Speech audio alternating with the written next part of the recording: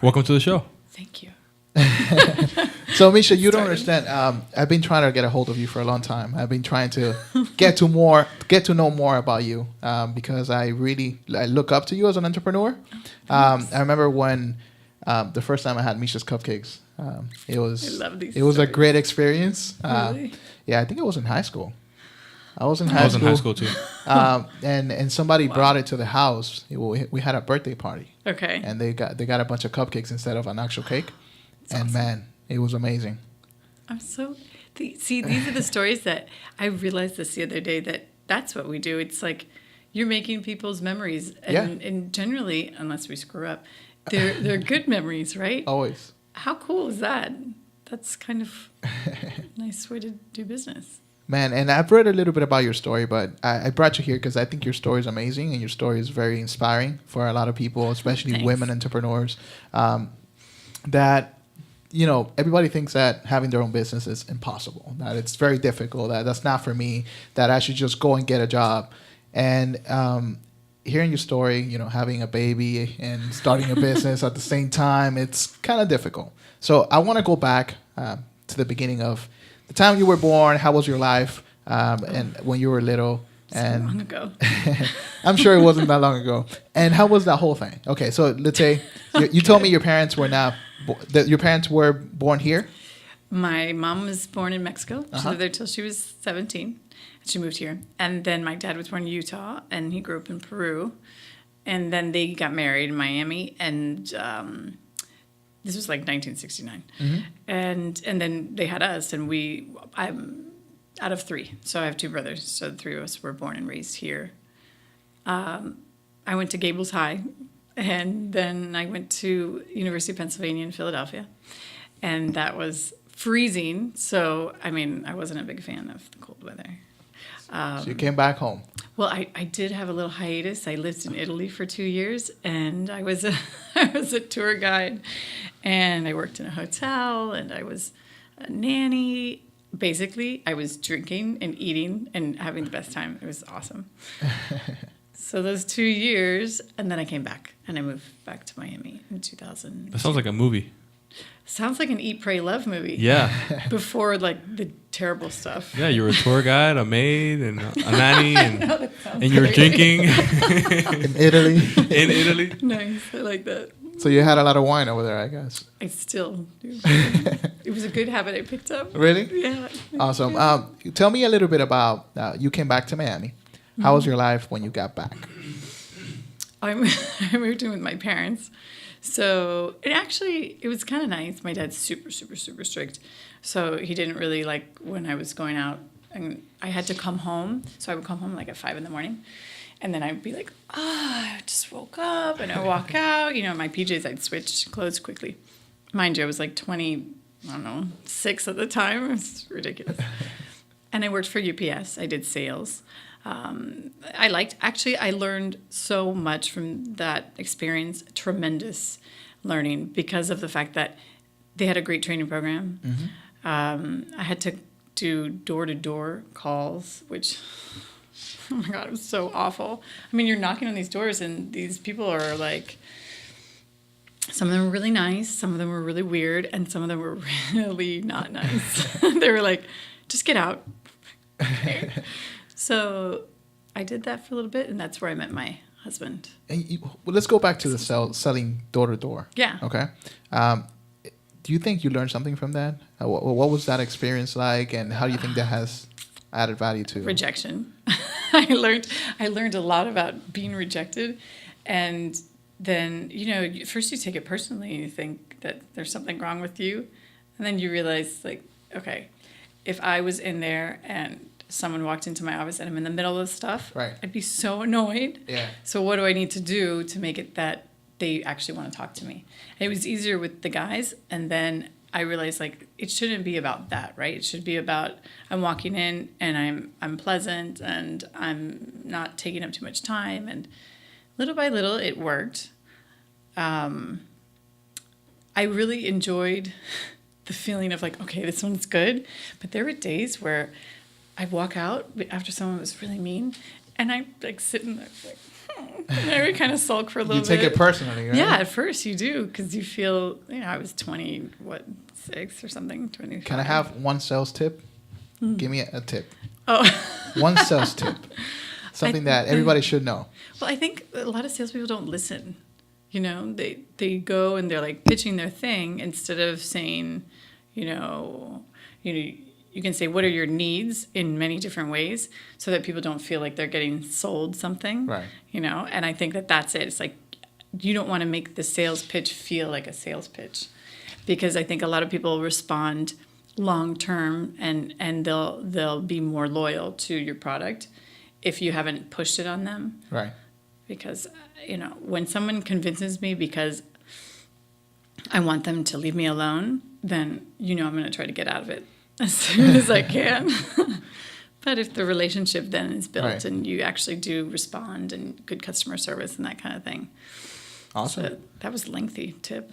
That was an awesome tip. That's what people have to know, that it's like selling is not about just making money. It's about Right. providing value. Well, right. I mean, making money is important. It's the most Right. important part, but that's like behind the scenes. Nobody needs to Right, know that. exactly. Yeah, it shouldn't be the main. It shouldn't be the Yeah. main thing Right. in your mind. Agreed. Right. Totally. All right. So you get back to Miami, and you meet your husband at the time, right? Ex-husband. Mm-hmm. Okay. So tell me, how was that? Okay, you got married, I did. and then Quickly. I got married. We met, and then I got married like 6 months later. And I was not pregnant. And then... I love how you throw that in there because everybody assumes like, hey. I know, right? It was very quick. And then a year later, I got pregnant and had our daughter. And at that time, you had your job still at UPS. I was still at UPS. Okay. I was going to FIU in the night to do the International Business Masters. Okay. And I got pregnant like the last quarter. Mm-hmm. And I was kind of like, I'm going to be a full-time mom. And There goes my career. I'm like, bye. Because I thought, that's what my mom had done. And I thought that it was great having her around all the Right. time. But then I didn't realize how much I would hate it. Right. Right. I'm not good at staying home. I mean, unless I'm doing a project or like Right. planting something or I don't know. But most people, I heard that was an issue that usually women that have kids, Yeah. pretty much their career kind of comes to a stop. For the time. Because you have to Yeah. dedicate time to your kids. And then Yeah. moms that go out and keep working and find a way to, manage everything. Yeah. I call them super moms because you have a job, a full-time job, and then you get home and you have another full-time job. It's, I know. it's very difficult. Yeah. How were you able to go through all of that? Well, it's funny because my daughter, she's 13 and a half now. She's almost 14. But she was 5 years old when I had my the son. Well, and I have two boys and one girl. Mm-hmm. And those 5 years, we joke now. She's like, I had a non-present mother the first 5 years. And I'm like, you're such an idiot. And she goes, but you just you weren't around. And I really was. I was really working a lot. And because I loved it, first of all, mm-hmm. and it wasn't that I didn't want to be with her. It was more that I was so driven to make the business work, and I found that the whole I'm not a good sit on the floor play with kids thing. I'm just not. And she's very active, mm-hmm. and so I thought, if this is what it is to have kids, and they're crazy like this, I don't want to have any more kids. So I did wait 5 years, and then I remember going to one of the schools here, one of the private schools here with her. And it was very difficult because I was a working mom, and there were very few in this environment, and they automatically hated me. And I didn't know why, and I felt very separated from this group of people, which it wasn't like I had any time anyway to go and hang out, because this was like, they would have play dates with the kids. Right. But if you weren't there, you weren't having play dates. So then your kid wasn't part of the group. And one lady, I found this out later, it said that I would do anything to make the business grow, and I would take my daughter and I would put a mattress on the warehouse so she could sleep, and we would sleep there at night. I'm like, what are you talking about? Oh Oh my People god. start making up a oh my movie God. in their heads. They make them crazy. Yeah, people become really good directors, man. Yeah. They direct some You pretty know? good movies. There's a lot of really good So true. filmmakers out there, just making films, Maybe you can hire a few of these. I can give you some names. storytelling. Yeah. All right. So you were at UPS, and then what happens? So then I quit. I think she was. Oh no! Yeah, I think I had just graduated, and then I ended up quitting. So you finish your master's, Finished my master's, and then you quit. in 2004 December, and then Why? Why do you quit? I think I had. You know what it probably was is that I was going to have her, and I didn't go back, because I was serious. I wanted to do the full-time mom thing, and so then as the first few months happened, and I was really tired.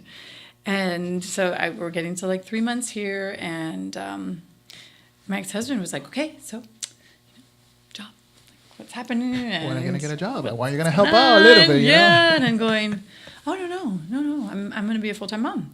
And he was like, "That's not happening. You have your master's, you went to school, blah blah blah."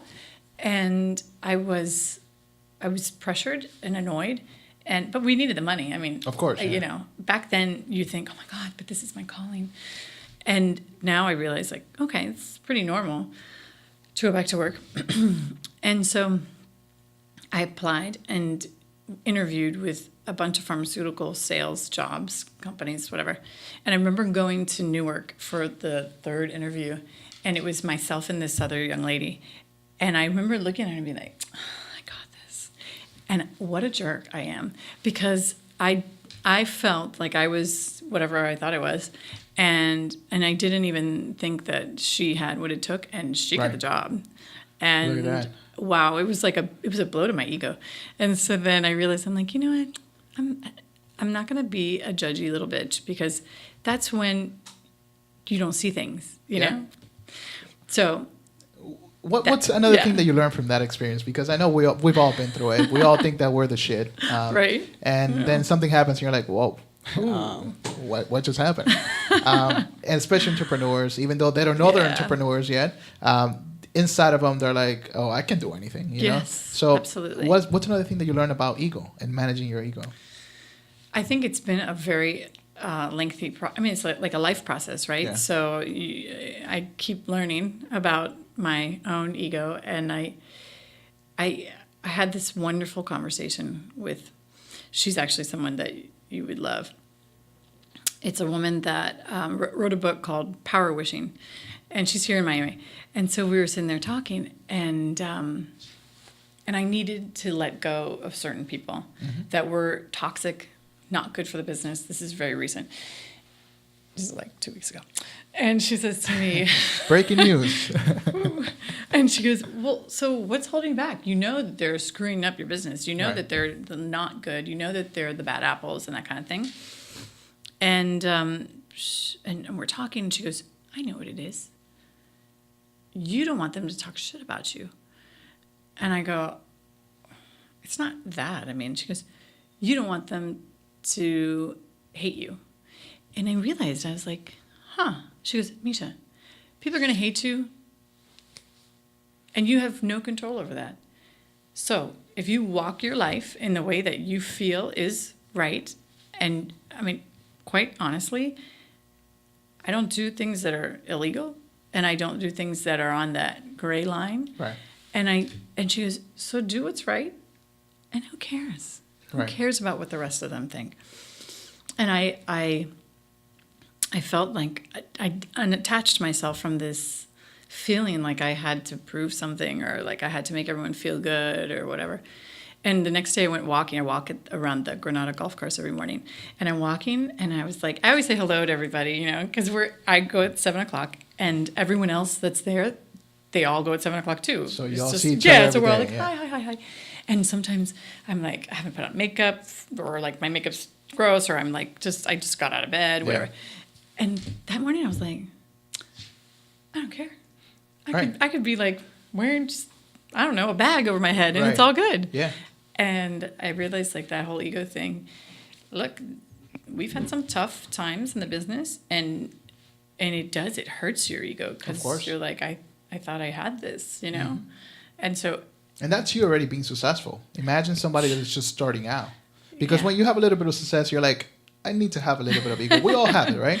But, Right. you know, somebody just starting out, they start with an ego very big, and then they start learning to control And it. then you get, it's so true. Yeah. And you know that at first, and it's exciting because you see that confidence, and I admire that confidence. And sometimes I would think that confidence was completely backed up by experience or life or whatever. Right. And then you realize from your own that many times it's not. And so you watch. I've had a few girlfriends of mine, they've done similar businesses and stuff. And when I'm high and they're low, or they're high and I'm low, and we talk about it, it's like, oh my God. But like 2 years ago, I was like, yeah, I got my new Audi. And you know what I mean? And now I'm like, oh, I just let my new Audi go, kind of thing, you know? So you realize there's like... And that's something I went back to my school yesterday, and I was speaking to some of the kids. We spoke to about 400 and something kids. Yeah, it was a lot of them. And we did a lot of one-on-one sessions where they will come up and ask questions. That's nice that you do that. And one of the things that I kept on seeing is that all these kids are terrified of what other people think. Yes. And that's a huge problem that we have. I don't know if that parents are not, showing them how to have self-confidence, or if somebody's just not allowing them to be themselves. So what happens is that I asked them in a class, it's like, hey guys, how many of you guys are terrified of speaking in public? I will say 95% of the class was terrified of speaking in public. And they raised their hands. Yeah. And then I asked them, tell me why. And I just went around the room quickly. Why? One word. All of them were judgment. I'm terrified of people thinking that I'm an idiot, that I said the wrong thing. I'm terrified what other people think. Yeah. Some of them are like, they feel so beat up. They feel like they're a failure because they failed algebra too. Yeah. And they're terrified in high school. And they're they terrified feel like that failure. their parents are going to be like, oh, you're an idiot. You don't know what you're doing. Or their friends are going to be like, oh, you didn't pass, but I passed with an A. Loser. And then they stop trying, And then that's how unmotivated. You don't get motivated enough to do anything. So, and they're 14, 15 years old. Yep. And that's Important the years. age when you need that help, Right. know? And I was telling Alexis earlier this morning, it's like that. We need to do something about that. I don't know what I can do because I'm not a politician. Right? I'm not a politician. I don't work in the school But does board. it have to be that? Can it not just be, people like you, people like me going and saying, like talking about our own experiences and them seeing confidence in having done something or like just internally having that confidence? Why don't they have it? So that's what I proposed to the principal, and the principal made it happen very quickly. I got two of my other friends that went to the same high school because I know that's going to make him relate a little bit more. It's hey, we were there a couple of years ago. We did this. And we went on stage and we told them, like, hey, guys, look, you can do whatever you want. I don't care that people are going to tell you that you suck, that you have good grades, so you're not going to be successful. But it's like, I never had great grades. Jenny, for example, had straight A's, and that's a good thing. Yeah. But then Michelle didn't have straight A's. She had B's and C's, and maybe she was an average student, but she's also successful. Yes. So, we're beating up all these kids because they're not getting A's in the test. The right grades, the right clothes, the right friends. And then what happens? How were you in high school with your grades? I was straight A. You were a straight A student? Well, I also had a very strict conservative father who... He gave us rewards based on merit, right? So I say that I'm always going to raise my kids like that. And I wish that I had, mine are still in the raising process, and I need to be better about it because I really was motivated by, but he did it with money. And so, I don't know if that's the best way. But there was something to be said for, every week, I had 1 hour of TV a week, right? We weren't allowed to watch anything else. I love it. 1 hour of TV? I know. That sounds crazy. I love the whole 1 hour thing. Well, what do you think about that? Was that too much? Too strict? You know what? Now I think it was fantastic. Then it kind of sucked because I didn't know anything. Right. Like all the other kids were like, oh, SNL. I'm like, is that an abbreviation for something? It's such a nerd. And I was very studious, but I was also on the swim team and the captain and blah blah blah. So it was like I was that in betweener. Right. I wasn't cool, I wasn't a total nerd, but I wasn't like And it was actually better because you kind of then you're almost not transparent. You're just like, you can kind of move. You know what I Right. mean? And it was weird because there was every school probably has it. You know, the druggies and Right. the losers, and which is terrible. Like, there's the judgment right there, right? Yeah. But then people find their pocket and then they sit in it and they become that group. And then to be able to go around in each one, then you see the different people that were in Right. it. And it's weird to see those people now that I went to high school with. Some of them are extremely successful, and some of them, like the really cool people, are just not, you know? That's what I say. Cool kids are never successful most of the time. No, isn't that crazy? So it's okay to not be cool in high school. I know. I saw some of the cool kids from my high school recently. Did you? Either in Are they jail. behind bars? They're not so cool anymore. No, I know. It's like they It's really peaked awkward. really young, right? And that's I something get it. we gotta, bring that Right. out, because kids in high school, they're getting involved in all this drama and all this BS Yeah. that they deal with, and they swear that being cool is a good thing, But then at the end, once your high school years are over, What you got? They got nothing. Nothing. Right. got nothing. You haven't studied, so They you haven't. haven't achieved. And they're 40 years old working in a store, and they probably never did anything with their lives. And there's nothing wrong with working in a store, but just like If for a they're cool happy. kid, Right. it's like, I thought you were gonna be a little bit better than me, because that's what you think in high school. I know, right? I was in the same boat. I was very flexible. I would hang Yeah. out with the nerds and then the cool Yeah. kids. But that happened junior year. Sophomore year, I was a total nerd. That's not a bad thing, though. Yeah, and then junior year, I was like, I need to be cool. So I made it a point to talk to every possible girl, because I That's want to cute. get more comfortable. But then all the girls are probably like, he's so nice. I like him. He's Yeah, so nice. and then I right? became cool, and I was like, damn. How did I get here? Yeah, and then that actually helped me a lot with business, in the sense of Yeah. I was terrified of speaking to people before. really? You? Yeah, I was. And you guys were friends in high school? No. We met in college. College. Freshman year Okay. of college. But we met literally right out of high school. Right, a Okay. couple of first months of college. But, I was terrified. I was the quiet guy sitting in the back. I barely Really? spoke English at that time, too. Okay. And then I felt out of place. I felt like I wasn't belonging to any Yeah, group. uncomfortable. So I made it a point junior year to talk to everybody. Good for you. And that helped me kind of That get out takes of a my lot of- shell. And now that's what I do. I can't wait to go and talk to a school, 400 kids. I love that. I love the whole thing. That's so yeah. nice.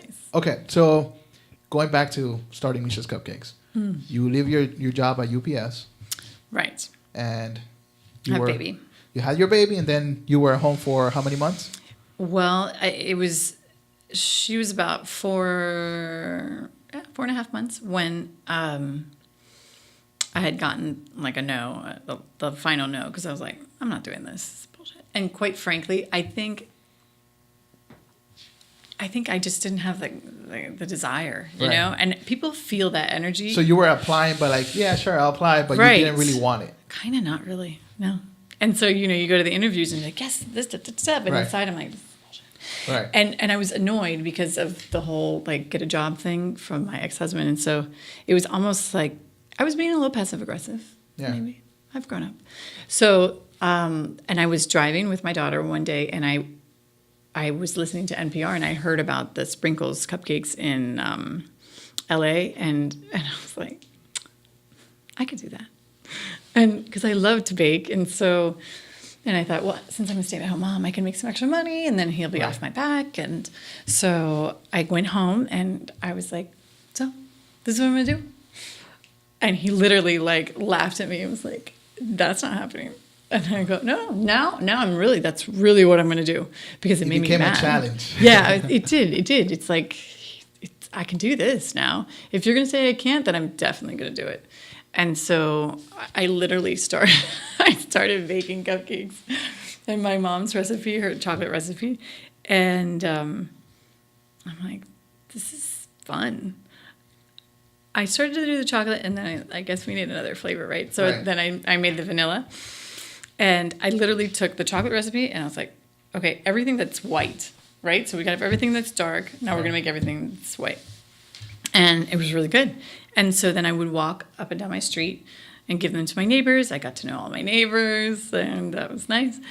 And then I would give them to people, just some random people sometimes, which became awkward because Here's a cupcake. Here, would you like to try my cupcakes? And people were like, And I gave them to my friend who was a pharmaceutical sales rep, and so she would take them to her offices. Right. And that was fantastic because then, you know, the people in the front, the gatekeepers, are going, hey, come back with those whatever that you brought, right? And so that helped. And then I donated cupcakes to a breast cancer charity. Who helped you bake all these cupcakes? Really, no one. So it was just you there. Initially, it was just me. And I would wake up. I love waking up early, so I'd wake up really early. My daughter was still breastfeeding at that point. At what time do you wake up usually? Well, now or back when I would bake? Back when you were baking. So back when I was, you know, I did all the baking and I made all the batter, all the frosting for the first 7 years. So I would get up and get to the store generally around 4 in the 15. morning. Wow. Yeah, but like at 8 o'clock, I'm done. You know, there's nothing coming out of my brain at that point. So 8 o'clock in the morning? at night, like done, and a glass of wine, and then it's like, oh. But I feel good when I wake up early. I feel like I can get stuff done. So this is a tip for people. Mm-hmm. You think, how does waking up early help you succeed? I mean, think of all the things that you can do. Okay, maybe 4 is a little early, but now I get up at 5:15, and I have to wake up my kids at 6 when I have them. So I've got 45 minutes. I take 15 minutes, and if I'm being good, I'll do literally a 5-minute meditation, and then I'll drink my coffee, do my and then I have 30 minutes where I just kind of prepare myself for the day, and it sets the tone for the day. I think that by the time my kids have gone, you know, I take them to the bus at 6:45. By 9 o'clock, I've done so much more than most people do, because most people get to work at 9, right? Right. So you get to work at 9, you work till 12, and you go eat lunch. You have so many interruptions, phone calls, text messages, emails. How productive can people really be? And that quiet time in the morning, although my little one sometimes comes and he's like, he comes and snuggles up, so that's okay. But, you know, I think that it's, for me personally, probably the biggest, what do you think? Like the thing that I have that's above what other people are doing. Do you know what I mean? Yeah, it's your biggest advantage. Being able to wake up I early. can't remember that word. Yeah, because I have a good friend, and we were talking the other day, and she's like, what time do you wake up? And I go, yeah, I told her, and she's, see, I just can't do that. But then she goes to bed super, super late, and she's always tired, and she goes, okay, I'm going to try it. I'm going to try it but I'm going to do like 9:30 to 7. And she's been doing it for 2 weeks, and she's like, my life has changed.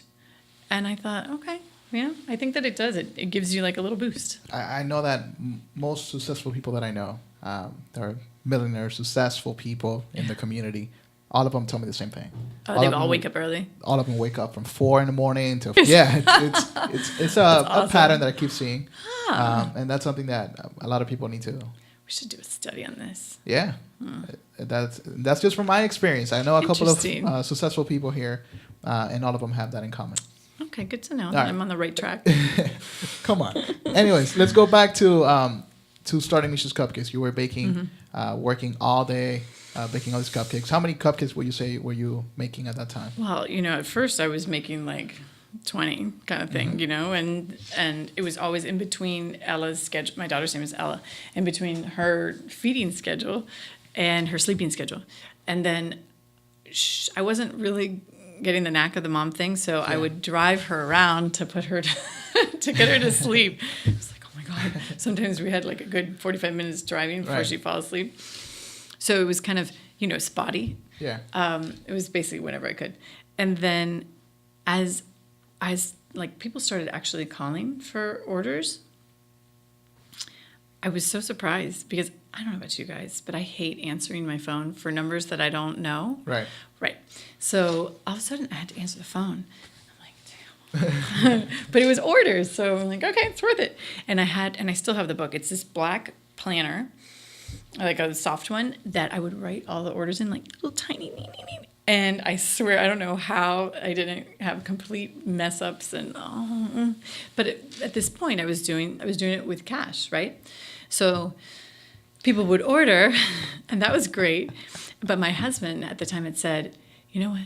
This is BS. He goes, if you haven't sold I think he said $50,000 of cupcakes in this next year, then you have to get a job. And I was like, all right, fine.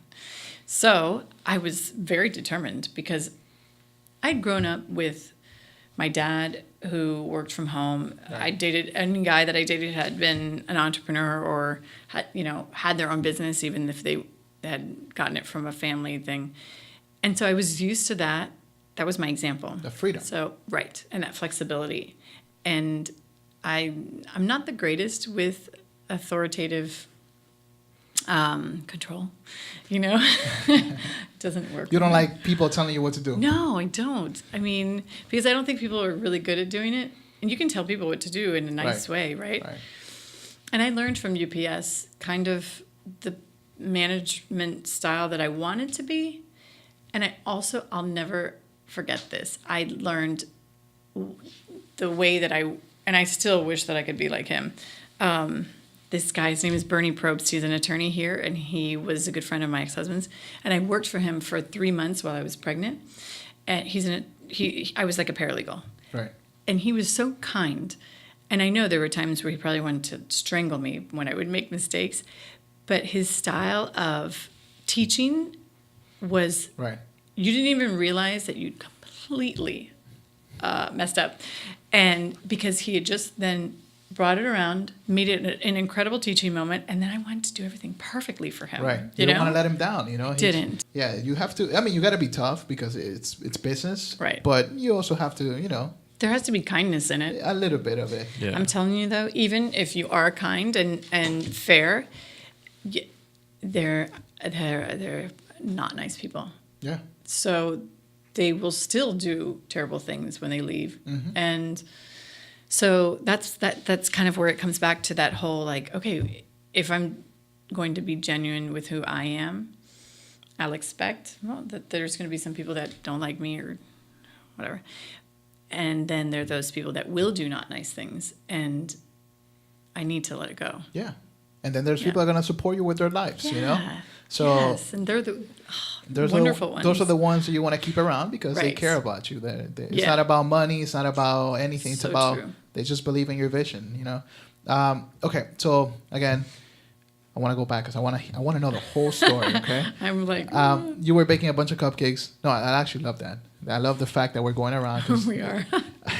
so you were baking a bunch of cupcakes and you started getting calls. You're writing all of them down in a book. Then your ex-husband tells you, hey, if you don't make this amount of money, you're going to have to get a job. Right. You're good at the Yeah. swinging back around here. I love the fact that this whole thing, you were just getting a bunch of speed bumps in the way. Yeah. And you're just like, you know what? I don't care. I'm just going to keep on going. You think that if you had it easy in a way that everybody would just be like, yeah, sure, whatever you want, Misha. Don't worry about it. Do whatever you want. You think that would help you to be as successful as you are today? No. Oh, God, no. I mean, I wouldn't have learned how to do and how to be able to be in situations, confront Right. people, have those tough conversations. Trust me, I don't like confrontation. But I also recognize that if I don't do it, then down the line, what's coming is so much worse because I've already done that. And I've already gotten like super burned. So now it's like, listen, we've had tough moments. Let's you and I hash it out. And if you don't like the way that I do it, okay, well, there's a door. I mean, what can I do? And so I think that I've learned so many times where I screwed up or I've listened to somebody instead of getting both sides, Right. made bad decisions and done it imperfectly over and over. But I think each time there's been an improvement. Right. I hope, and then you have to just think of the wild cards. Some of those people you'll try to implement all the things that you've learned with people, and they're just resistant, and Right. you're not going to get through. Right. So that's like you go next. Exactly. That's it. Yeah. Either get on the train or get out, Yeah. All right. So that year, the $50,000 or whatever the amount was, Yeah. is that something that happened? It did. 55. It was $55,000, and I remember thinking, kiss my ass. So, it's funny because he had a business that was like a sandals, whatever business. So I started to use the credit card machine. And so then I felt like, okay, this is legit. And then it helped because some people wouldn't show up. They would call and make an order. And then I have this order that I'd done time on and they wouldn't come. And so. And this is all from home? From home. Mm-hmm. Wow. Okay. And it was October 2005. So then 2006 was in my house. And 2007, I wanted to open a store. And initially there was a store here that I was going to open. And it was like, this is how it happened. So right before, like we'd been looking at the space and I'm like, okay, yay. And then I incorporated. And so it was effective January 1, 2007. So my dad at the time, he was like, my parents, I'll give them that. They always believed in me and they supported me even if I had crazy ideas or whatever. But he was like, I'm going to invest in your business. I'm like, okay. So he gave me $30,000, but then he was one of the directors in the business, right? And that first 2 weeks of January was like, so what are you doing with the money? So where is it? So blah, blah, blah. And I need a report. And I'm like, this is not what I signed up for. Right. So it was like the end of the month and I wrote him a check and I said, thank you so much. I'm very grateful, but I can't accept the money and I want to be able to do this on my own so that it's not like I have anybody else who's kind of in charge. Yeah. I mean, and why would I be embarking on something that would allow me the flexibility of making my own decisions and then have to report to somebody else? Granted, a lot of people have to do that when they start off and that's great, but it just wasn't in my soul, It felt weird. I gave him the money back and then I was going to open the store and it just didn't, I don't know, there was stuff and it just didn't feel right. And I had gotten pregnant, lost the baby early on. And I was like, I don't want to do this. I want to take a smaller step in between house and big retail. Let's take a smaller step. And so I found a warehouse and like literally through my, I had a huge commercial oven that I put into my house. So, and we put this big hole in the wall. And it was just like, I took that and 2 double-decker home ovens and opened the warehouse. Made it cute, the front, and then it was myself and one other girl. She had started with me, and it was like the summer of 2006. And happy story. So she worked with me for like a long time, and then she stopped working for me. She got married, had 2 kids, and she just started working for me again. So it's like, I love her. That's awesome. Yeah, it was a nice thing. So after I moved to the warehouse, it was a good step because I wasn't full on retail in front of people, that kind of thing. And people started coming to the front of the like warehouse area where I had the office and to make orders or to pick up their orders. And then people in the area started to come. It was over off of Bird and like between Bird and Miller and 48th and 72nd in that Bird Road design area. And they would just be like, do you have any cupcakes? And so I started to have cupcakes there just to sell. Available, right? Yeah. And it was fun. I mean, I would work so much. We would be there until like 8, 9 o'clock. And I remember forgetting to pick up my daughter one time. I was like, it's like 3:30 and the school's like, cause she was in like daycare, 7. Right. They're like, oh, well, so we have Ella here, and she doesn't know that you've forgotten. And I was like, oh. There were some moments where, you just kind of screw up. Right. But that year, those first 6 months it was neat. It was fun. I was out of my kitchen, and I had gotten into this lease at Dayland Mall to do a cart, which was like the size of this table here. Because it was so expensive. It was $5,300 a month for this little tiny cart. And this is back in 2007, right? That's a long time ago. And so I thought that I'd worked a lot before, but then this was like over the top. So I would deliver everything in the morning, and then I would go back at 4 for the change of the shifts, deliver more, and then go back at night and close the thing. We'd had a young lady that ended up, I had these 2 wonderful I've had some wonderful girls. Like now they're both nurses. One just got married. The other one's getting married. Just like neat, you know? Right. And that's been like 12 years. So that Dadeland kiosk thing was awesome. It was a year. And then it was done because I opened the store that's here now. So the store in Coral Gables, your first official store. Total legit. 2008? 8. Yeah, it was August 2008. And we weren't allowed to listen to this. We couldn't put up the sign. We hadn't gotten our permit yet. So I had paper in the walls and the glass. And so people had to knock. And then we'd be like, oh. And so they would come in and they're like, oh, it's so secret. It was silly. But it was kind of cool. It kind of created this buzz. Right. And so when we finally opened, I was like, oh my gosh, who are these people? Because before it had just been word of mouth. And it was friends and family. Right. And, you know, look, I will try anybody's whatever, and I'll like gladly talk it up if it's good.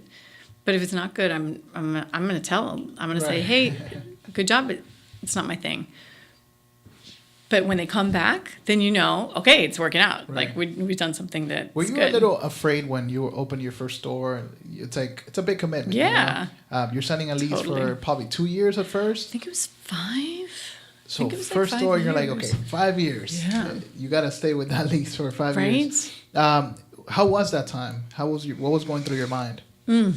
I was tired. I was enthusiastic.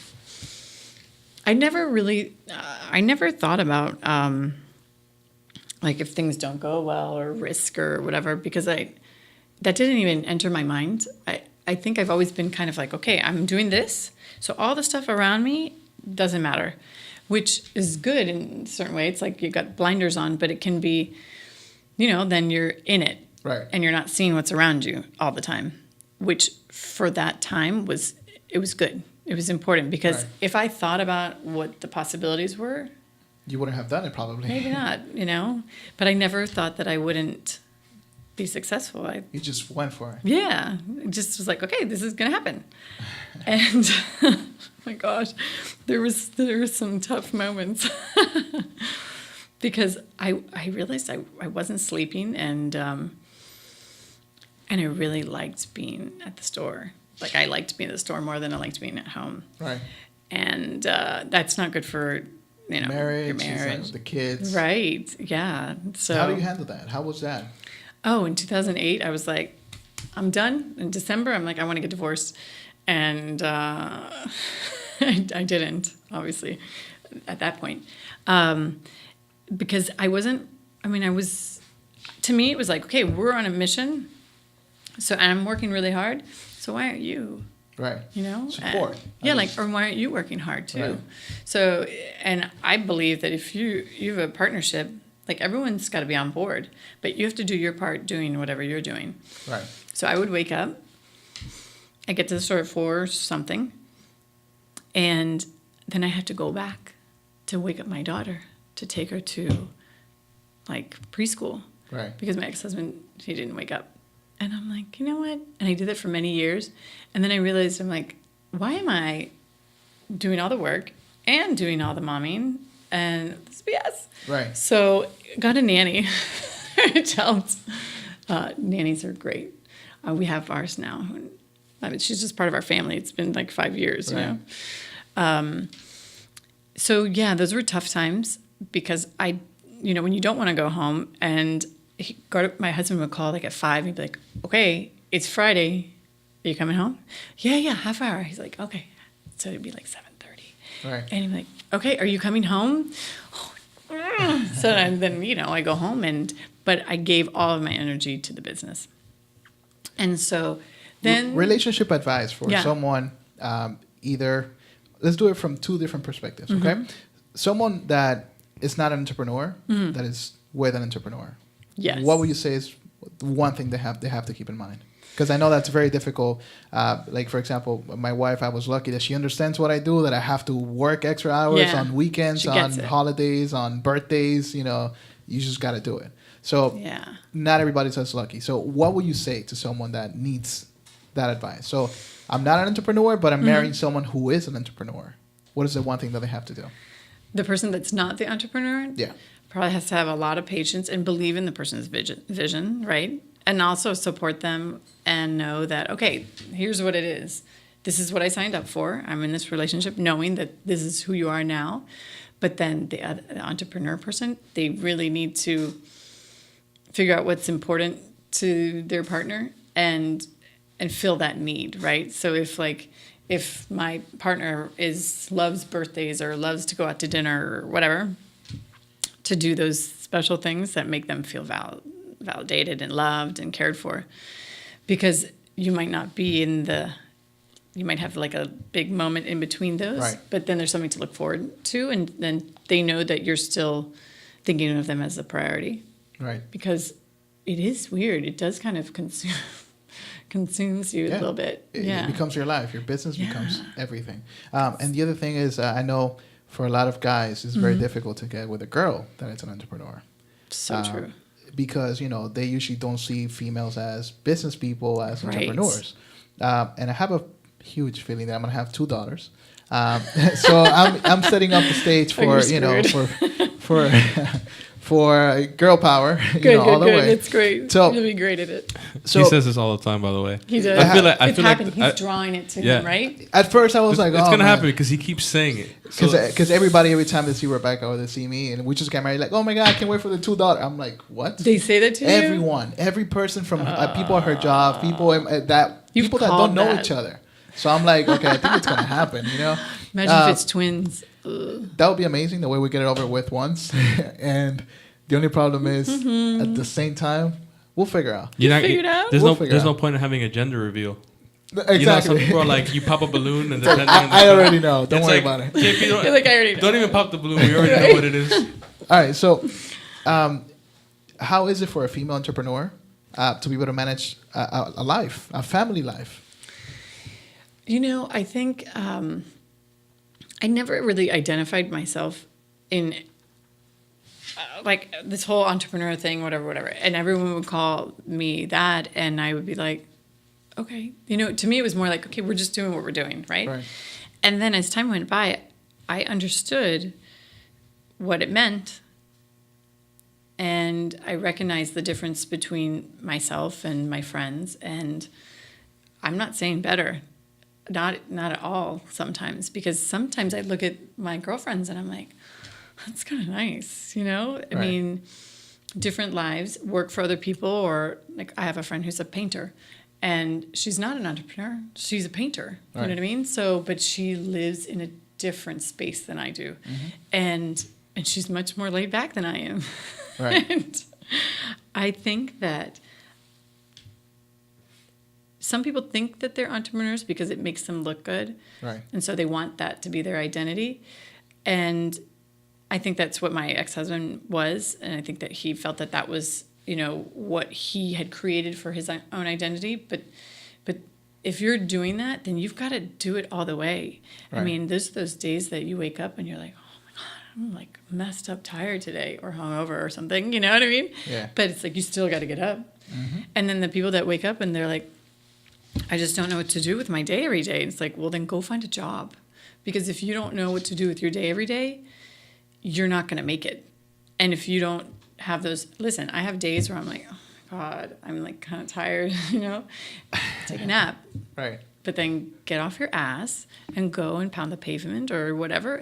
And listen, I've had years of a hiatus where, you don't do what you're supposed to do to grow the business. You're just maintaining, and then you have a wake-up call, and it's like, wake up or drown, right?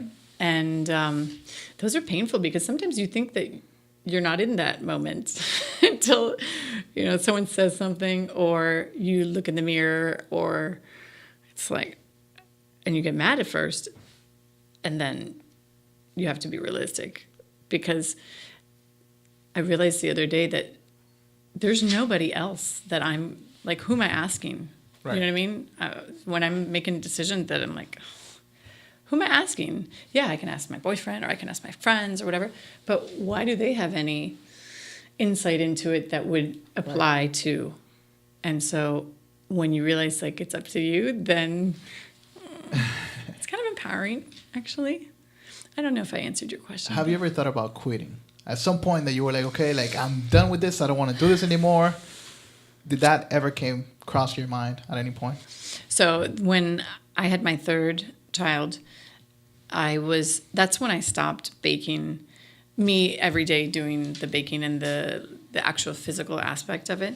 And that was in 2012. And the reason was because I found out that I was pregnant. I was not planned. And I had a condition called placenta previa where you can't carry anything. And so they're like, you can carry nothing more than 2 pounds or something. Right. It's not good. I ignored my doctor's warnings. And she said, you really need to be careful because you bleed. And so then you could hemorrhage and right. whatever. So they scare you, And I'm thinking, oh, she's just trying to scare me so that it's a liability thing, whatever. But it was actually serious, and I didn't listen. And then I was in the hospital from January 2013 for like almost 2 months, bed rest and at Baptist, and it sucked so bad.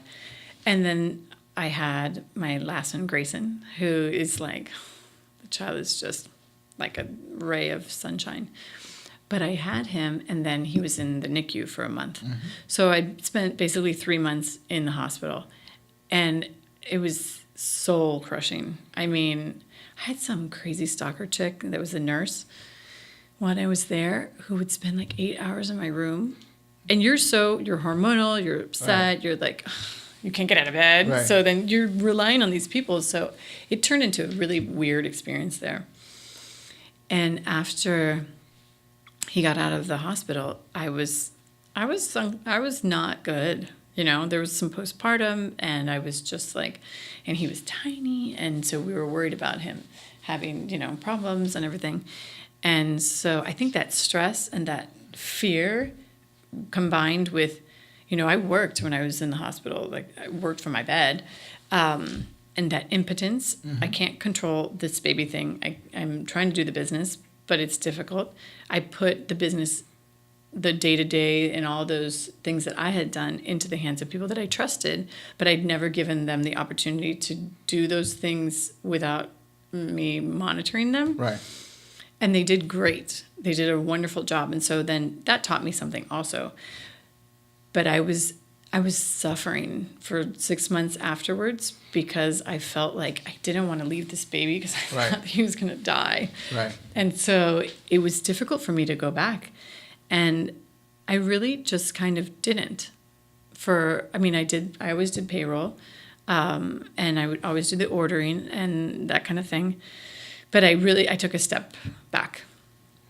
And I think I knew objectively from out here that this wasn't me and that something's wrong. And that if I was me, I would be wanting to do my business. I'd want to be engaged, but I couldn't at that time. And so I had to wait it out. And it was tough. And I don't know if it was that I wanted to quit it completely. Mm-hmm. It's just that anything that reminded me of that very tough time for me was just painful. And so it took about 6 months, and then it was like, okay, here we are. Let's go. More. Yeah. And so then, and that was like 2013 once that one was over, and 2014. At that point, by like 2015, we'd bought a house, we bought the house when I was pregnant, and then we built this house, and ridiculous. And then, and I'd opened a bunch of stores, and I was like, you know what? I got 3 kids. I'm with someone that doesn't make me happy, that doesn't work, and why am I doing this? I've worked really hard, and I will tell you all, get a prenup. In retrospect, I wish. Because, in the state of Florida, you have to split the business, whatever, anything. Right. Once you're married, you start something at 50-50. And that's brutal, especially when you are the one who did the majority of the work. Right. So, of course, there was moments of like, fuck, I'm like, what am I doing here? Right. But I have to be happy, you know, and I'm very upfront, and I was very much like, this is where I am always, you know, this is where I am. I will meet you. Let's meet. Let's make it work. Let's make it work. But then it got to the point where I was like, you got to do your part too. And that's how it is I realize with employees, with friends, with everybody. I feel like friends get more of a break for your friends. Yeah. Because it's like, look, our friendship, I really have nothing that I can expect from you other than whatever you can give me and I can give you. And if it's a little or a lot, you know, that's why friendships go up and down. And that's the beauty of friendships. But to me, like your spouse has to be, you got to be on. Yeah. You know what I mean? Like you made a commitment. Yeah, 300% all the time. Yeah. That's it. Right? And so I realized that I would be happier even after it was like CSI for, 2 years after. It was bad. Right.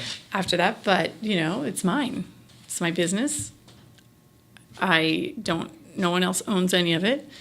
And I've gone through some tough times of financially for that because, you have to give half and blah, blah. But damn, it's worth it. It really was. You feel free now, I guess. Yeah, absolutely.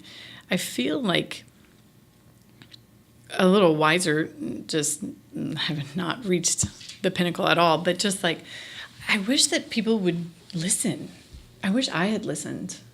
But why don't we listen when people are saying, be careful, make good choices, separate things, right. Be on top of your finances, don't blindly trust. But it's tough when you have a spouse or whatever, and of course you trust your spouse, right? Course. But then when you realize that your spouse is not trustworthy, that's a big blow. Of course. So it does make you very, a little cagey, right? But also much more aware of what's happening with every aspect of the business. And now I have 8 stores, so it's kind of like, it's a lot of wrangling. I remember when we saw the one in Miami International Airport. We freaked out. We were traveling to Jamaica, I think it was, or yeah. Oh, no, awesome. I think we were going to Washington. We were going to Washington. We were going to meet up with a customer over there, Nice. and we saw the store, and we were like, "Okay, we have to have Misha's Cupcakes here." Yeah, for sure. We bought a couple of cupcakes. We freaked out when we saw thank that. you. We were like, that's awesome. She's in Miami, which I'm sure that was hard to get, by the way. It was. Yeah. It was. It's funny. It was this friend of mine that she's wonderful. You got to talk to her. She has She said that twice. She said that twice already. Okay, this is a different one. But here's I've got a few. That's 2 contexts you got to give me. I will gladly give to you, definitely. But this one, she has, I think, 15 locations, empanadas. It's called Half Moon Empanadas. Her name is Pilar. I've had the empanadas. Remember, we went to that 500 startup event in downtown Miami a couple of months ago with Silvio and Jackson. Yeah. The empanadas that they had there that we were like, they're amazing. Nice. Okay. That's it. Okay, I remember. Yeah. She has a place in the airport too, but she has an actual you have to bid on a lease there. Mm-hmm. So, you're bidding against various different businesses. Right. It's not like you're bidding against the empanada companies of Miami kind of thing. It took her 4 years to get into that spot. I mean, it's one of the busiest It's airports Miami International Airport. in the world, There you go. Everybody comes to Miami. Everybody. So the traffic there is insane. It's busy. Genius. It's busy. But she was the person, she's the one that we've had the highs and the lows together, and we talk about it and stuff. And I asked her, I'm like, would you be willing to give me your contact? And she's like, of course. She goes, I give you the contact. What you do after is your business. You get it, you don't. And she did, and I met the person that eventually made the decision. But it took a year. And I was like, this is a long time. Yeah, patience. I feel like if you can just get a vending machine at the Miami International, you'd be You'd balling. be killing it. Every college, everywhere. You could buy a $1.5 million house in Miami in 2 years. Hello, yeah, and then pay the taxes. And then you, IRS. Might need to get a second vending machine for that. And then the other, the FAU store that you opened as well. My FAU. Well, I have the FAU store anymore. And crazy enough, and so I'm going to tell you my little moment right now. I had the FAU store. Yeah. I think it was through Levy or Aramark, one of those. And we did it in PG5, which is one of the parking garages. Prior to the store, I did a lot, and I do still a lot with FIU, you know? And it's not like I'm monetarily, but I donate time. I speak at the classes. I love the professors there. And donate cupcakes and do the mentorship programs and all this stuff to do Startup FIU. So they switched vendors from these folks to Chartwells, I think it is. And I had the weirdest meeting with the guy from Chartwells. And then they didn't have a space for us. I wanted to move into GC, the Graham Center. And so I was like, we just had it was a strange vibe. I've never had that kind of meeting before. He was just like, And I never had a moment where I hadn't been able to connect with somebody on some level. And the meeting was awkward. And at the end of the meeting, all of a sudden he brings out his phone with pictures of his children that have red hair. And I'm like, why didn't you say something in the beginning of the meeting, dude? Kind of like, what happened here? And he was the active person that I have not been able to get into. And it's strange because it's like, I just got this award, the Torch Award from FIU, and I still can't get into GC. So I'm like, So there are some people it's like happening. that. Yeah. There are some people that it was weird. you just don't like, you know. I know. It's okay. We'll move on. Life will take over. Yeah. All right. So how many stores do you have right now? 8? 8. What are they? Airport, Pines, Pembroke Pines, Davie, Miami Lakes. I have 2 in Coral Gables. The one we most recently opened, which is it's close to the WeWork. London Square, Aventura. Where are we? I think we're done. I love right? it. And how long did it take from 2008? Well, I started in 2005 from the house. Okay, 2005 the house, first store 2008. So 3 years working from home. Well, actually, that I started October, so it was really 2006 was at the house, and then 2007 I got the warehouse. 2008 I got here, and then 2010 I did the London Square store. 11 was Miami Lakes, and 11-ish was Aventura, and then the Pine store, the Davie store, the FIU store. I did a Marlins thing for a year, and I did an American Airlines Arena when they were winning for a year. Best time to open a store there. That's good. That's good. And then, we've done little pop-ups and stuff like that. Right. But that's where we are. I read an article from the Miami Herald. Yeah. That mentioned your revenue. Yeah, I think it was 4.1 something, 4.3. I can't remember. Can we talk about that? Yeah. All right, 2006 revenue was more or less. I can't remember. 50 something you said. Ish. Yeah. All right, then. The first year. Yeah, it was 55. Okay. Right. Then how do you grow? When was the next big year for you? And you're gonna hate this answer, but I never really cared. I care now. And the reason being, when I opened the Gable store here, it really took off. It took off, and we did really well. I mean, that's like my $1 million store, and it's a great store. And I think part of the reason why, my downfall, along with my good part, Right. is that it really never was about that, ever. And when it became about that, when I had that, I had a massive theft, you know what I mean? And so when I had to focus on that these last 2 years, it's been, and we're like at 4.2 right now, because we've closed, we've opened, I've bought out a person, and of course I'm proud of that, and I look to that, and now I'm very focused on the numbers and the financial aspect of it, but that's not what I love. That's the thing. If you would have started with money in your mind, I'm sure you would have opened up something else. You would have gone for something more sure conservative when it comes to money. Something that's that is supposed to make money, right? Right? Because most people think that cupcakes. Yeah. It's like, really? How much money can you make? It sounds stupid. Right. Right? And then once you show them the money, it's like... it's not so stupid. No, not at all. It's like, I've seen the store. It gets packed all the time. It's tiny now, too, so it looks packed. Valentine's Day... No, it's packed. Valentine's Day... Yeah, even up to the point you're about to close, there's always at least a line of 2 or 3 people. There's people coming in and out all the time. It's like amazing. It's amazing. And I'm grateful. I'm not... By the way, she brought me cupcakes. But Alex... Of course. We're probably gonna eat all of them today. Yeah, it's crazy because That's a lot of cupcakes. since I'm always I'm there at least every other day. It's crazy. So sometimes people.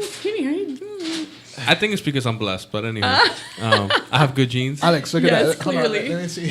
Sometimes I walk into the store and there's people like sometimes they're a little older and Yeah. they're looking at the cupcakes and they're like, I don't know what I want, and I'm like, well, I'll tell you what I recommend. Awesome. I really like the red velvet the red cream velvet cheese with the cream cheese. That's great. Or the dulce de leche. The dulce de leche is Dulce de amazing. leche is amazing.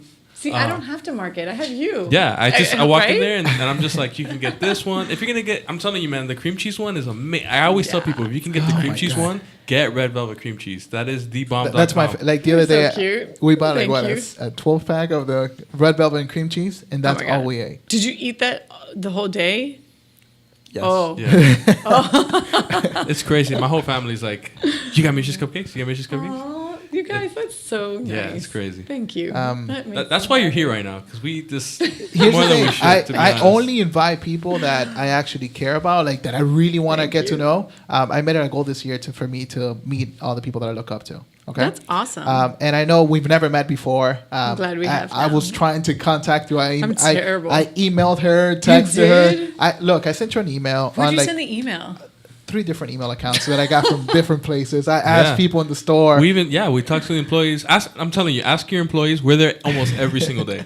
I sent you a message on Instagram, on Facebook. Oh, I don't do Instagram. The Facebook one. That is the one that I that's the check one every that once in a while. Here's the thing. Yeah. I'm super big on cold calling or reaching out to people. And It works. It just works. You're right. I've met everybody that I've met. Some of my mentors I met through just reaching out to them. That's awesome. On Facebook. Very cool. I stalk them on a certain nice way where I go Right. their Facebook, Instagram, Twitter, every single avenue that I can. And I know. Now that I'm a business owner, I understand that we're busy, we're doing stuff. So I barely go on social media now. No, I'm terrible at it. And you're running a business. I understand that. Right. People get discouraged because they think that you just don't want to do my No, interview. You it's just don't want to. just not. I'm not looking at You're it. doing stuff, Yeah. and I get that. So that's why I kept on going. I kept I'm on glad you texting did. you. Oh my God, I know. Sometimes I'll be like, oh man, I tell Rebecca like, man, am I pushing too much? No, it's good. It's good because But- I just like. Oh my God. You're busy, Oh, I feel and, so bad. and you I have so haven't many written things to back. do. So I know, I was trying to text you, and then she replied at 4 a.m, and I'm like, that's a great time to talk to Misha. When you get 2 texts from her at 4 a.m, you know that you have to wake Oh up my God, early I'm to so text her. sorry. Yeah. And then I forget that people have like lives. But I'm so glad to have you here. Thank you. I think this is very inspirational. It's going to help a lot of This is fun. people. I to appreciate understand. it. It's nice to get to know you guys too. And the smell, it's just. I like amazing. vanilla better than chocolate. You should. Seriously, I think The vanilla one is that's so much cool, better. too. I know. I totally agree with you. You should make candles with the different smells of your cupcakes. How do you do that? Right? I don't know, Dude. but How does it's that happen? like think I that's would the love to have the coolest thing smell ever. in my house all the time. You don't understand. used to. If I bring my mom cupcakes and candles that smell like your cupcakes, Wow, that's a business that idea, would right? be amazing. That's it. Oh, you guys, so- seriously. All right, so you made $1 million by when? Because I know that's a goal for a lot of people. More or less, give me a. I mean, I think that, like, as far as I want to know sales, I want to know the time frame of the 55 that you started, Right. To the first million. How long did that take? So after that year, like by 2009, we'd done like close to $1 million. So about 2 years, 3 years. Well, I mean, because a lot of three. people, Let's do a lot of people think that like they look at Facebook and this and that, and they think that you can build a $1 million company in a couple of months. Maybe, I don't know. If you're very lucky, yes. Yeah, or you can get a lot of people to invest in it. Yeah, but then it's not really sales. Yeah, and we're not in tech. Exactly. Right. So, I love to say that a cupcake shop was able to make so much money and be so successful. Because I think when people talk about Miami, they have to talk about Misha's Cupcakes. Really? Everyone knows. Yeah, it's become part of the Miami culture. So exciting. Everyone knows about this. Every single person. Every time I bring somebody to the show, they're like, "Oh, I'll be right back. I'm gonna go get a cupcake," and then I go. It's like it's crazy. It's part of it. Nice. Even when I pick my mom up from work, I always take like a box. Not always, but blowing up from time to time. Like at my ass just to make me feel good? No. I mean, we eat it every day, so we might as well talk about it, right? Yeah, I bring not this big, but sometimes I bring like the box of 6 to my mom's job, and everybody's like, "Perfect." Are those for us? You're like, no. That's how you show them that you care, Yeah. Where does your mom work? She works at Mercy. Oh. Mercy Hospital. I was born there. Nice. Yeah? Yeah. Yeah. So do you live in the Grove area? No, I live in Miami Lakes. You So do? I go to the Miami Lakes location quite a bit. I like that store. Yeah. It's a good store. All of them are beautiful. I go to Chipotle right there, Thanks. and then And I walk then, around right? and get cupcakes. And then you can get coffee at the Latin American. Yeah. How is it to manage so many stores? What's your operations like? Well, my COO she just had a baby 2 weeks ago, so I was having like almost panic. And the months leading up to her going on maternity leave, we were preparing and trying to get everybody so that they could be more self-sufficient. Mm-hmm. And it's crazy. I was super bummed about her. I was super happy she's having a baby. Of course. Because, and I love her. Like, she's been with me 5 years. She started working in the back with me in the kitchen. And then she, worked in the front. And then she wanted to work in the back and the front. And then, she grew up. I've watched her turn into a real professional, really good. And we understand each other. Like I like her as a person. And so then these last 2 weeks for me have actually been somewhat transformational because she's doing baby and I don't want to bother her, but of course we text every day. But her job is basically to field everything from the managers at all the stores before coming to me. So take care of the stuff and I don't really want to hear about it, right? Right. Unless, of course, it's something that I want to hear about. And so she knows what I want to hear about. But I think it got to the point where she and I were so close and we would spend so much time together that I heard about it anyway. Right. And then it takes away from being able to do what my job is. And the reality is my job isn't to be dealing with problems and to be putting out fires. And it used to be, of course, because my job was everything. But if everyone has their job, I need to be out and I need to be selling and I need to be doing stuff like this and I need to be growing and I need to be finding financing and I need to do all those things that I'm supposed to be doing. Right. So I was kind of like, I felt this loss, but then I realized this is a perfect opportunity for me to re-engage and to do like what I said, like what I'm supposed to do and really let everybody do their jobs and do it right. And expect that they're going to do it right. So the managers now, I'm like, okay, and here are the deadlines, and here's what we need. I want this. What are you missing? What do you need? What can we do to improve X, Y, and Z? And just in these last 2 weeks, I feel like rekindled in a way that I needed, And I decided finally that I'm no longer, for those folks that I know I'm going to be in contact with on a regular basis, the managers and the people that are kind of like in charge of each store, the warehouse manager, et cetera, I'm hiring them now. Because before, Vanessa or the training manager would hire them, and I have to like them. And I realized that some of the managers we've had in the past just didn't really like them. Right. And it doesn't mean like we have to be buddies, because we're not. Right. We're not going to be buddies. Do you know what I mean? But I have to like you because I know that internally you have a good core and that you're kind and that you really want to be there and that you're going to put the business as a priority. And so I interviewed a girl yesterday, and I hired her, and it was like, that's what it was. She was that girl. You know what I mean? Right. And the managers I have right now, they're those people. Right. They're the people that I like. Like, I want to watch them grow and do well, and I believe that they believe in the business. And that's a big step for me, because I've had managers that they were good, but there was something about them that felt wrong.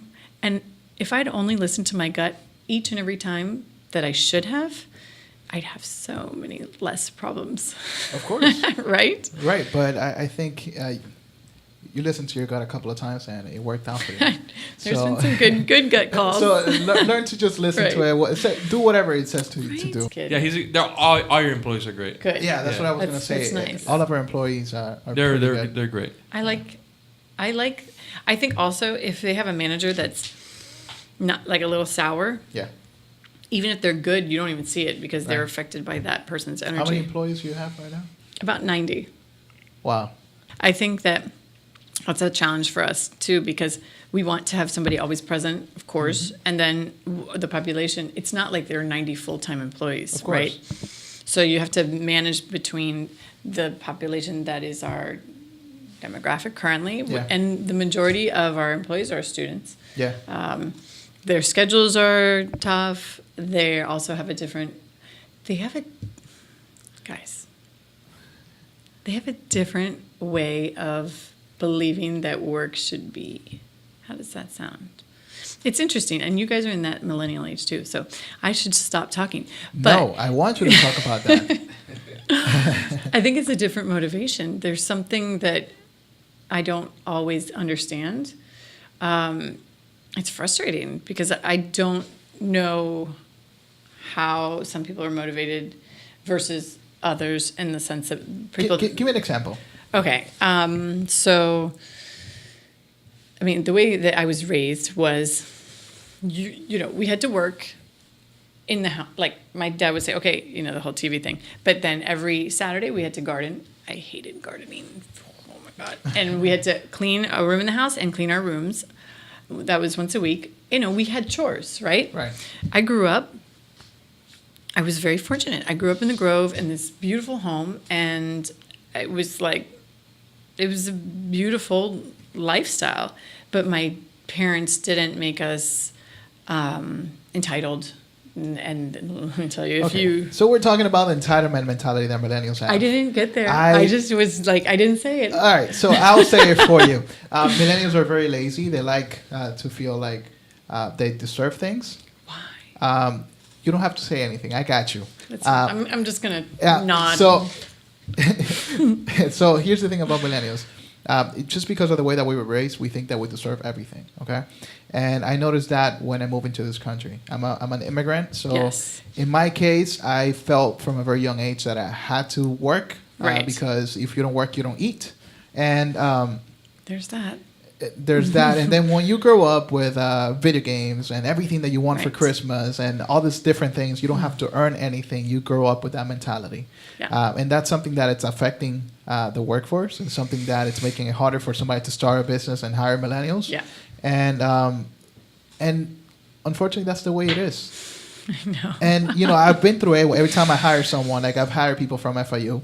Right. They have a marketing degree. I've hired people from UM with marketing business degrees. Yeah. And all of them are entitled as hell. So how do you maneuver in that environment? I interview 100 people before I pick one. And then I go not for the one that has the most experience, but the one that wants to work. It's attitude. I mean, it really isn't always aptitude, you know, I think. But you got to wade through quite a few folks to get to that point, right? Yep. And that's something that's going to affect them in the future, because people want... I remember my first internship, I wanted to do film and music videos and all that. I was 15 years old. I didn't get paid for a whole year, and I was working with the best directors and the best people, and now they're my friends. That's awesome. You know, I talk to them all the time, and I feel like these are people I used to look up to. I Right. still do. But now I know them. I got to work with everybody that I So wanted to cool. work with. And in my mind, I wasn't thinking about money at all. I didn't care that I was working wanted for to a whole... learn, I wanted right? to learn. That's what I wanted to do. Yeah. But now you tell a kid, like, hey, unpaid internship so you can get some experience. They're like, no, I need $15 an hour. So I already said everything. You That's did. You it. said it all. We don't have to say anything else. You know how did it is. So I completely understand you. We're not that breed of millennials. Well, clearly not. I mean, we're all about work. Very And that's something that I've always said about my kids. And I always tell Alexis, like, hey, Christmas, I'll give you whatever you want as long as you earned it. You know, it's hard though when you actually then have them and you feel guilty because you're working so much. I talked about that yesterday too. But I'm very big on earning things. I think you're wise. You got to do that. Handing something to a kid just like because they're a kid doesn't help. Right? And then they turn to brats, like total. Yeah. Yeah. And It's crazy because like that. you want to give your kids everything, but that's not a good thing. But the world doesn't work like that. Yeah, the world will not give you anything. You have to earn it. My son said to me, I picked him up from school the other day, and he goes, I said something about, oh, it was his birthday this weekend. I go, oh, sweetheart, what do you want for your birthday? And he goes, well, since you don't give us anything during the year, and he's 6, and I was like, and he goes, so I don't really know, Mom. And I'm like, really? I was like, what? So for his birthday, I gave him a few things, right? Each thing, and this, I was so pleased. He opened each item, opened it, thanked me, played with it, put it aside, opened the next one, and he showed gratitude. And I thought, something's working here. He did a great job. Know? We'll see. But I see my own kids, and my daughter is she's almost 14. She's a woman. Like, her body is a woman, and she's surrounded by kids that they're doing things that I didn't do until I was 20. Right. And she's a great head on her shoulders, and I didn't expect that. But we had a conversation the other day, and she goes, you work really hard. And I go, yeah, I know. She goes, you know what, Mom? All of my friends, all their moms are working moms. And I realized that. They gravitate towards familiar, right? But they also, she loves her friends' moms. And they have garnered such respect because of the fact that they're hardworking, but they're cool. And so I want her to feel that way, Listen, I'm not knocking non-working moms at all because that's harder. Yeah, it is. Yeah, it's a lot harder. But just because you're a mom doesn't mean you have to put your dreams aside. No, right? And that's what most people think. And I know your kids are going to be great because they have you as an example. They have you as an example, and that's something that everybody looks up to their parents. In a way or another, you get influenced by the things that you see from a very young age. So I know that helps a lot. And I think we're done. Thank you very much for being here. I appreciate it. I really appreciate you being here. And that's it. Thank you. All right. Well, I hope that you guys continue to eat. Cupcakes. Oh. Yeah, as long as we're here, we're going to overeat cupcakes. Oh my God. And you realize you have this, and then your place over there is like 2 blocks away from my Aragon store. You're screwed. Yeah, no, I'm going to... Screwed. That's great. I think I might die eating your... They're going to find me dead somewhere with the cupcakes in my hand. Just don't die. Got to get that Kendall store. I'll be all right. I like that. I would love to... That's so crazy that you said that. I'd love to make... I always love to... I don't know. I love scents and stuff like that. I don't like wearing them, but I always thought, how do you make perfume? How do they do that? How do they create that smell from that kind of thing? Maybe that's the next business. We got to find a contact for Misha's candles. Right? Oh my God, silly. Anyway, guys. Well, let me know if I can ever help you guys or anything, and Well, you're helping us now. Contact. I am. I'm glad. Yeah, we're always going to be in touch. You're not getting rid of me. Damn. I'll keep texting you at 4 a.m. Oh, I know. Sometimes I'm like, oh shit, people have spouses, and maybe that's not a good idea.